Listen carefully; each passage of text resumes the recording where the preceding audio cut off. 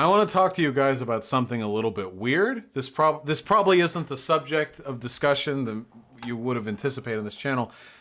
So a few days ago, maybe about a week ago, I remember my girlfriend vaguely mentioning this drama, and a few days ago, I saw it get discussed on Destiny's stream. And while there is a tremendous amount of comedic material that can be pulled from that stream of Destiny's, I thought I would rather focus on it myself, okay? I thought maybe we could have our own take on it, because I think it's relevant. And here's the hook. This is Dungeons and Dragons. I've played Dungeons and Dragons. It's all role play. You make a character, you play the character in a world created by a DM, aka a dungeon master. They try to create scenarios that you have to circumnavigate. Essentially, they create situations, you overcome situations. That's how it works. That's the system. Now, this gets a little weird, okay? It gets a little strange. All right? So I want you guys to sit with me through this, okay? You're gonna cringe. I'm not joking, okay? You're going to cringe. Please hold your hands, okay? Grit your teeth. Do a content warning. Well, I think I just opened this with. Wait, did I open it? Have I said it yet in the segment that's going to be cut off into the video? Okay, here I'll say it now. Yeah, like content warning, like sexual assault, I guess. Now go shoot. I want to watch the video. Okay. Also, all of you can say it exactly once. Yes, the DM on the top left looks like me. He is going to be the subject of this cringe. This was enormously amusing to Destiny's stream chat when pointed out. Okay? He doesn't? Well, I know he doesn't, but you guys say every fucking white dude with a red beard looks like me. Yeah, Vosh had it again with the rape. All right, stick with me here, okay? So here's the scenario. There's a robot character who's going in for repairs. That's one of the player characters, okay? And the DM is playing as a mechanic who's doing some weird stuff, all right? Stick with me. So yeah, he's standing up and he says to you, he's like, his eyes are like wide. You can see him like almost like tearing up a little with like, oh God, it's happening. And he says to you, he's like, don't be scared. I've done it before. I can show you. And he reaches over onto the table and he picks up some kind of like device, right? It's got a plug on one end and some buttons on the handle. And he says, I'm going to do it real gentle the first time and you tell me how it feels, okay? And sure. he says there's a port in the back of your neck. You can feel it. And he gently, like, he puts his hands up like you're a scared animal. He's like, let me just, and he reaches up to touch it, right? And you can feel it. There's a port back there. And it's like, as far as you know, it's like a firmware update port. It's hidden at the base of your skull. You don't remember, like, it's never been accessed while you are conscious. So he reaches up, you can feel it, and he holds up the device, and you can see that the prongs on the thing match the feeling of the plug. And he says, I'm just a little at first, okay? Okay, sure. And Johnny has no idea what this guy's about to do. No idea what this guy's gonna do. He places the edge of the device against the port and he presses a button. And Johnny has, for the first time in his entire life, whatever the equivalent of a robot orgasm, right there. It hits you like a truck. Your whole system just like lights up with like positive experience indicators, and your vision like flickers and blurs. Your temperature sensors all go haywire for just a second. Your knees buckle slightly. And I think maybe that's the last shot. I think that's the shot of the episode, is Johnny getting his brain stimulated. Wow. By this. So that's a good So I wanted to talk about this because there's a lot of discourse taking place, and I'm an internet guy and I want to participate in the discourse. So the gist of it is the DM up top, who seems very happy with himself, um, it does robot orgasm on unsuspecting robot dude who's chilling. And I don't know how many of you are autistic like me, but even I'm able to pick up on the incredible discomfort of some of the people here. The person right over here in the center left is the person playing as the robot. The person top right with the cool wig hair thing is looked incredibly uncomfortable the entire time. And yeah, the gist of it basically is like the robot guy went in to get repairs, but then he got like sexually assaulted or something. And I could watch more of this, and there's a ton of discourse surrounding this. This campaign has apparently been like collapsed after this singular event.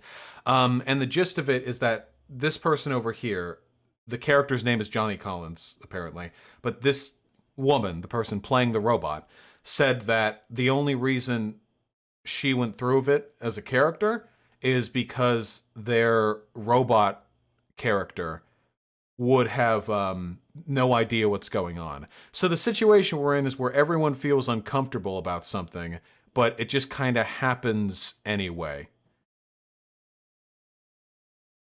And people are mad.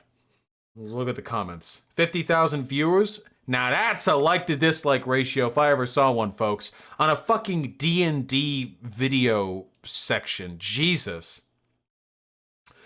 Jesus, you can see how uncomfortable everyone is as soon as they realize what's about to happen, but it continues. It's like watching someone slowly reveal their repressed sexual fantasies, and it just keeps getting worse and worse. You know you don't need safety protocols if you don't even try to assault your PC in the first place. This was straight out of RPG horror stories. The fact he refers to him as a sexy mechanic makes me think he envisioned this as consensual and just completely ignored everything else. Unsubbing from his channel, this is really gross, and level complete disregard for player safety and consent is unacceptable. Vana looked not okay towards the end.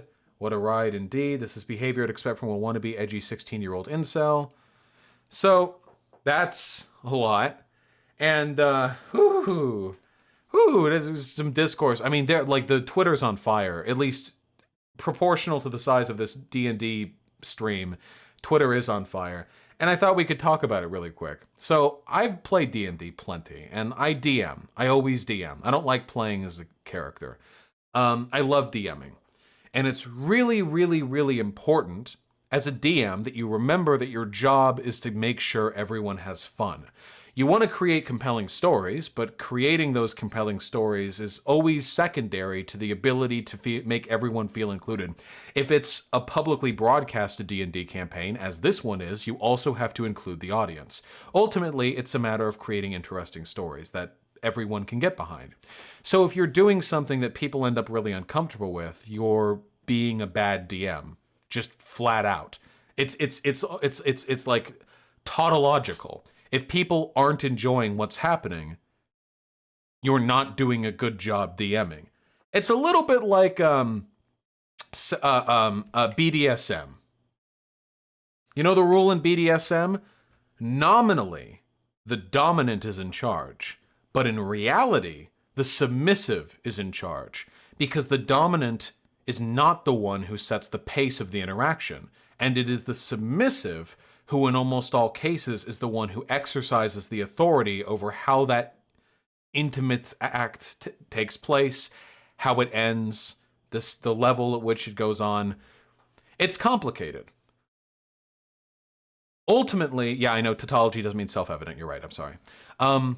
Ultimately, yeah, exactly. The sub has the power and gives it. Ultimately, it's complicated, but the gist of it is if you're in a position of responsibility, as you are as a Dom or as a DM, you're also in a position of greater culpability for what takes place, and you are ultimately subservient to that which you are responsible for. So, with that being said, sex and abuse are weird things in that they happen all the time, but we really want to be careful about putting them in media because they're unique in the fact that they can hurt people they don't happen to. This doesn't happen universally, you know? Like, nobody likes being murdered, murder happens all the time in the real world. But we can have murder in a D&D campaign all we want. In fact, if there's no murder in your D&D campaign, I really wonder what you're doing with the mechanics of that system, you know? I know some of you want to be murdered. Really interesting to me. But you can put murder in all over the place. Murder is very upsetting. It's viscerally upsetting. If it happens to you, there are people who have had family members of theirs killed in violent conflict, civil war, who have died from preventable illnesses, and yet death is everywhere in media. But not rape. Rape is different. Sexual assault too, and abuse, especially emotional abuse. Isn't that weird? Physical abuse. I don't think that's taboo in D&D. If there's a character in D&D who gets captured, stick with me here, guys. If there's a character in D&D who gets captured and then gets the shit beaten out of them by inquisitors, okay, I don't think that's necessarily a bad thing. I don't think that I need to, like, vet my player's will with that one, you know? If, like, one of the characters get captured and they're getting beaten up by, like, a big, like, brute of a guy, I don't think I need to, like, vet that with them. But if they end up getting raped by that guard, I'm sure I don't need to explain to all of you that this is an incredibly different scenario. And why is that? I mean, in both cases, the autonomy and agency of the person is being subverted. It's not like when you're being raped, you have less agency than you do when you're being tied to a chair and having the shit beaten out of you. In both cases, you're pretty much just being used. In fact, being beaten up, I mean, is more physically damaging than, like, rape, usually. I'm not trying to oppression Olympics here. I'm just saying it's interesting that the reactions to these things are very different. And the reason for that, you guys don't interpret what I say uncharitably. You all know exactly what I'm fucking meaning, okay? You know exactly what I'm saying. Yeah, you take your clips, whatever. I don't think it's moral dumbfounding. There's a good reason for that. And the reason for that is because physical abuse usually isn't as empathizable as emotional abuse. If you've been physically abused, I imagine many of you have, no one has ever been able to lay a hand on me and live, and you watch someone on TV get physically abused, okay, maybe some of you have trauma, fine, but for the most part, fine.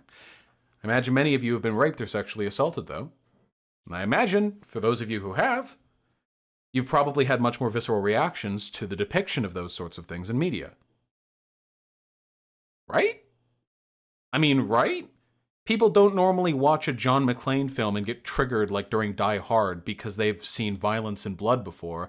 People do get triggered by sexual assault a lot. The reason for this is because it's much easier to empathize with the emotional subjugation and suffering of a person than it is to empathize with their physical suffering. It's easy to watch a person get shot. I think it's less easy to watch a person get raped. And I don't think that's necessarily indicative of hypocrisy on our part. I don't think it's because culture has made us hypersensitive to rape or anything like that.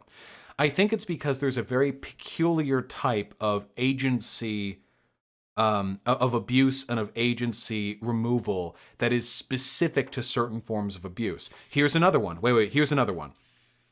If I was D&Ding, if I was DMing a D&D campaign, and I had to, like, pick a bad backstory for a player character. Normally they would choose this, but let's say I have to, okay? I would feel totally comfortable if I gave them an older brother who used to beat the shit out of him, because the older brother's like a bad dude, you know? Maybe that could be like a quest thing, you know? Like, the character's 17 and their older brother's 21. Their older brother was just an abusive piece of shit, beat the shit out of them. You're 17, you're heading out to the world. One day you're going to come back and you're going to confront the bandit team that your older brother is now a part of. Kablam, you know? Now, maybe that'd be a lot for some people, but I think that's acceptable. Now, would I feel comfortable doing that where the older brother emotionally and sexually abused you? I really don't think I would, actually. I don't think I would do that. There is a specific problem with emotional scars with regards to their portrayal in media. Now, does that mean you should never be able to depict abuse and rape in media? Of course not. Art is art, and the needs of art should supplant the comfort of the people consuming the art. 100%. But D&D isn't just art. It's performance art. And you're doing it with other people.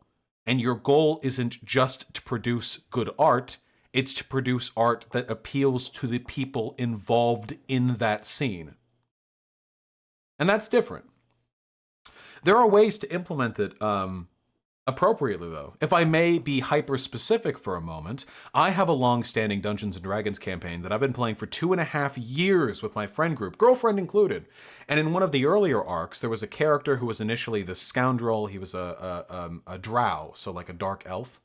Sensitive to the sun, you know, despite being dark-skinned. I don't know. He was very powerful. He had a long and storied background. And ultimately, the gist of their story was that they were immortal due to magical contrivances that had taken place in the past, and they stayed watch in a city that hates him. He stays watch in a city that hates him because he's waiting for the reemergence of his ex-girlfriend, or ex-wife. I guess I never actually said whether or not they married. Who's a warlord deep in the Underdark. And over the course of the story, piecemeal, I unveiled the extent of emotional abuse that he suffered at her hands. How he was a powerful soldier and she was like practically a demigod, and she used and abused him in a highly misanthropic culture, and how he was exploited and his magical abilities were used to serve her ends, and he was gaslit, and he was emotionally manipulated into sticking around and threatened with death when he tried to leave. And all of that stuff, mind you, is stuff... maybe not the magical warlord stuff, but all of it is, I think, familiar to a lot of people who have suffered emotional abuse. But I put it in because it was A, not happening to a player character, and B, because it was very thematically resonant. And it ultimately culminated in a confrontation between him and his former beau, where he... Thank you very much, Hyena. Where he felt as though there was no chance of stopping her as a warlord and she was going to slaughter thousands. So the only thing he could do to try and placate her rage was to get back with her. And at the end, the player characters had to help him break free of her, and he ended up being instrumental in getting her killed. A very big confrontation, highly dramatic, yes, and you saved him from a mental love prison, which due to the influence of old gods. Listen, it was very involved. But the point is, I'm not opposed to the implementation of stuff like this. And I could tell even when I was describing this stuff in the D&D sessions, because I was doing it in person, I was looking people like face to face while I did it, that sometimes it was maybe a little disquieting or uncomfortable, but I felt like I could get away with it because I knew the people I was playing with, and I knew how to present these scenes in a way that didn't make them uncomfortable. And that, let's bring it all the way back around to this, okay? I'm just gonna be perfectly honest. I don't know what kind of like mega autism shit this dude's on, but this person apparently preaches like respectability and the importance of player consent in D&D interactions, and everyone was hardcore uncomfortable this whole time. What's more, like a YouTube commenter said, the way that he described the mechanic as sexy makes it seem as though he believes the interaction was consensual. But I don't know why. I don't know like how we could think this was acceptable. Anyone who's done DMing for any appreciable length of time knows that there are things you need to get like vetting with your party across beforehand. If your party is like, if the people you're playing with are like not super comfortable with sex for whatever reason, vet that shit with them. If your party you think is more comfortable but maybe not super comfortable with more violent stuff, vet like sexual assault with them. Not with player characters, but with other characters, with NPCs. If your party is a hardened group of fucking warriors who have all beaten Doom Eternal on Nightmare difficulty, okay? Then you can turn to them and be like, hey, you know, you can integrate this into your story if you want. Are you comfortable with your character being raped? Now, that's a hard line. I don't think I'd ever do that. I don't know if I could do that well enough to make it worth including. But if you ask them, and everyone's on board with it, then you can roll it out. But if you've ever tried playing Dungeons & Dragons with random-ass people, you've probably had a few experiences where other people have come in and just be aggressively disrespectful and crossed boundaries because they have no social skills whatsoever. Go to like tabletop nightmares on Reddit or something, you know? there are stories, there are people who like just sit down and they'll just like sexually assault other player characters, or they'll just joke about rape, or they'll be racist but like actually racist, where they'll call drow like n-word elves or something. Really weird stuff. Is D&D very graphic and realistic or something? That's up to you. That's up to the people making it. You can make it as fucking cartoony as you want. Yeah, RPG horror stories. It's just, there are a lot of people talking about this. I do want to clarify, though. I don't think Adam did this with malice. This didn't seem like a malicious act of disrespect. This just seemed like incredibly awkward. Like, this is a degree of awkwardness that I think should like really let him like he should sit down and like really reflect for a little bit on what led to this like moment in time. But I don't think this makes him a bad person, and I don't like the idea that people are like calling him a rapist or saying that he's like predatory or anything like that. I don't like that. I don't know. You know, it's not easy broadcasting your entire life or huge sections of it online. Invariably, you're going to post cringe. Cringe is just a part of life, and when it gets broadcasted sometimes, God knows I've done like some awkward stuff like when I was a kid. I know he's not a kid, I know. But like if that stuff had been broadcasted, if I was like a little Zoomer TikTok star like I would be today, if I was fucking 16 or something, it'd be really cringy. But yeah, that's all. Like ultimately at the end of the day, that's weird. And this is a bit beyond cringe though. I mean, we can call it hyper cringe, sure, but I don't think it's malicious. So I don't like want to come down on this guy, that hard. Yeah, this probably sounded way different in his head. Really think for a second too, like what if, like imagine for a moment the scene had everyone else being enthusiastic about it. He's like, and the sexy mechanic is like, hey, want to try this? And the woman here who's playing Johnny Collins is like, yeah, that sounds pretty fun, big boy. And people are like tittering and laughing a little bit because it's funny or some shit. It could have been totally fine. The issue is that he wasn't able to play off their reactions at all. He just kept barreling through it. And I will say, and this is what Destiny like died on this hill, but I will say this. I do think that the other people here could have done a better job indicating or expressing discomfort vocally. I'm not trying to do like the, oh, you should have said no thing, but let's all take a huge step back and remember that this isn't actually rape or sexual assault. They're all playing a game together over which none of them have more control than any other of them. None of them are actually threatened. One or two, like if they were actually, they should have just said, this person right here was clearly uncomfortable. This person clearly uncomfortable. This person clearly uncomfortable. They should have said something or messaged something or done something along those lines. Does it make it their fault? No, of course not. Does it make them bad people? No, of course not. But I do think that as participants in this collective game, it's all of our responsibilities to do what we can to make the situations as appreciable as possible. Does that make sense? Does everyone agree with that? It's not victim blaming, I don't think, at least. And here's the tweet. Here's the, wow, that's a lot. From Adam Coabel. I recognize, apologies. We're canceling future episodes until we can work out what's next. Deeply sorry for this hypocrisy. This is absolutely a mistake. Yeah, okay, this seems fine. It really just seems like he made a mistake. He fucked up. And I ask all of you, whomst among us have not been in a group scenario with friends and ended up doing something incredibly awkward that made others uncomfortable and we didn't realize at the time, and then when we got back home we wanted to kill ourselves? Who among us has not done so? You are lying if you say no, okay? Now, are all of those mistakes as high profile as this one? Probably not, but I believe in restorative justice, okay? And I believe that this person is probably getting shit on a little bit too much. Because I've seen some of this stuff, I've seen some of the comments, and there are some people being real uncharitable to him. Let me tell you, this is nice, see? I am legitimately astounded by how much of a colossal fuck up you've made. You've got a lot of work to do. You could ask people, context. Some of these are fine, some of these are not good. I don't know, I don't care. I'm not going to go over every fucking tweet.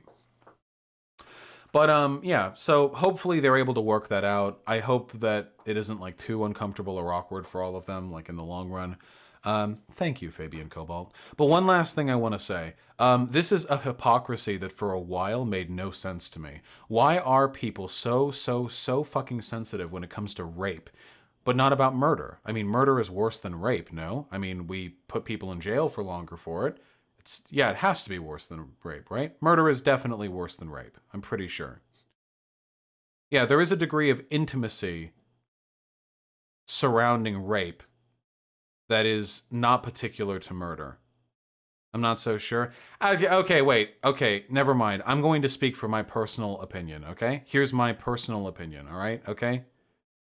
There are sometimes good reasons to commit murder. Yeah, obviously. I'm not fucking saying that rape, the murder when you're fucking killing the fucking Nazi soldiers broke into your house to fuck your wife is worse than rape, okay? Clearly, I'm talking about unjustified murder. Rape can be... Okay, let's move way back, okay? Let's move way back. First of all, murder can be justified, rape can never be justified. There are times when murder is fine. If it's self-defense, technically that's not like legally murder, but you know what I mean. Murder can be justified. Sometimes there are types of murder that are illegal, but that are still probably right. For example, if your entire family was killed by a serial killer, and you don't have evidence that the police will accept, but you know for a fact it was them and you murder them, and somehow we just know you're right, maybe that's morally justifiable, even if it's still by law murder. Okay. With that being said, rape is never justifiable because you don't accomplish anything through rape that couldn't be better accomplished through murder. What do you get through murder? I mean, murder, you take a person off the planet, right? Whoop, you know, you take the, whoop, you know, murder, goodbye, person. But when it comes to rape, like, what actual practical effect are you bringing about? Upsetting them, I guess? Like, if you want to be utilitarian about it, there are probably better ways of doing that. Hot tip from Vosh to you guys. If there's a person you don't like and you want to upset them, don't do rape. Not a good way of doing it. See, there's my... Now, here's when it is okay to rape. This is my effective permission. If some sort of Yggdrasil, some sort of a demon approaches you and they say they'll end the world unless you rape a person, okay, we've got an argument now. Apart from that, don't worry about it too much, okay? Just try not to rape people. Simple as that. However, when it comes to the actual pragmatic consequences of behavior, I do think that murder is worse than rape. I mean, it's murder. You're removing a person entirely from the planet. You're eliminating every experiential circumstance they could possibly have from that point forward. Is all murder worse than rape? I don't know. I don't care. It's so dumb to even argue over which, like, the metrics. Let's do oppression Olympics with which is worse than which. But the utilitarian harm caused by a crime is not what determines people's level of visceral discomfort with it. It's the heinousness of the crime and the intimacy involved with that crime. It's not just how much actual harm it does. After all, what's worse, raping people or nuking a village of people? Well, nuking the village is probably worse, but I would happily nuke a village in a D&D campaign if it raised the dramatic stakes, you know? Not so much with the rape. You know, we can go as far as we want with this. Thanos snapped half of the universe out of existence, you know? That's probably like the greatest harm. You guys are actually going to make this discussion impossible. I'm literally just trying to talk about our experiential relationship to different types of trauma and abuse, make it more difficult for us to process and more easy for us to relate to particular kinds of abuse over others. But yeah, okay, fine, yeah, no, okay, never mind. No, fuck all you guys. No, fuck you guys. Okay, no, fuck you guys. Whatever. You're rambling like mad though? Yeah, because chat's fucking vomiting contrarianism into my mouth. Nope, we're done. Nope, we're done with the segment. Okay, you know what? Ultimately, I think it's a topic we just shouldn't talk about. Absolutely not. I will talk about any fucking topic on my channel. I love talking about shit. I love talking about edgy shit, too. Nobody else talks about this. How many of you, be honest, Fucking be honest with me. How many of you people have internally wondered at some point why there seems to be a disconnect between the way we treat rape and murder, when rape and murder are both like really, really bad, but you can show murder whenever you want. You can have murder in fucking kids shows, but rape is like the most severe fucking narrative difficulty that you can't overcome. Yeah, people think about this. This is a question. It's a valid question. It's because we relate to that more. Because art is something that ultimately can be boiled down to a form of communication between the creator and those who consume it. And if that communication hurts people, that can detract from the value of the art sometimes. Sometimes being hurt by art is good. If you watch a piece of art that challenges you in a very visceral way, that can be a good thing. But sometimes that hurt is just a cheap fucking plot device that needlessly evokes traumatic responses from the audience. So if you have a show or a story that has rape in it, not inherently bad. I think that some of the rape in Game of Thrones, problematic as it can be artistically justified. But if you're just throwing rape in there because it's like a dramatic event, you know? It's just a dramatic thing that happens, and you're kind of trivializing this incredibly substantive emotional weight for the purpose of getting like a cheap like plot point jump off, you know? Just saying. They're different things because they affect us differently. Because our response is not always proportional to the harm of an act. Which is, again, I mean, I tell you, kids show, you know, you can allude to genocide in a kids show. Avatar: The Last Airbender. You know what Avatar: The Last Airbender showcased? Literal genocide. The Fire Nation wiped out the air tribes. Whole air tribes. Whole culture of people gone. That genocide's about as bad as like genocide is about as high up as bad goes. You know what they're never going to show in Avatar: The Last Airbender? Somebody being held down and raped. I think genocide's probably worse than that. But there's a reason why, and it's because the harm of the act is not proportional to the response the audience gets from that act. Is it possible, conceivably, that in a different society, we would prioritize things differently and not be so viscerally upset by rape? Yeah, probably. Maybe if we stopped raping so many fucking women, and everyone really, but like women, I think especially, maybe disproportionately, maybe people would be less sensitive about it. Maybe, possibly. You know, nobody watching Avatar: The Last Airbender had ever been murdered. See, because they're still watching it. Yo, are you here to cut my rambling short? Baby! My tits are out. Hold on. There you go. Oh, he's purring. So, long story short, the creation of media is complicated, and especially when it comes to stuff like Dungeons and Dragons, I think we have a responsibility to cater not only to the artistic salience of the story, but also to what the player characters want. Ooh, he's purring so loud. Ooh, little baby. Little baby.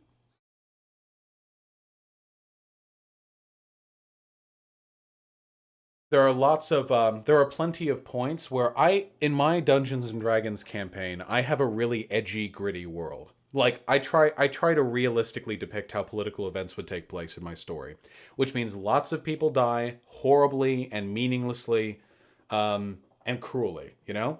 And there are plenty of points in that story where it probably would have been realistic to include rape.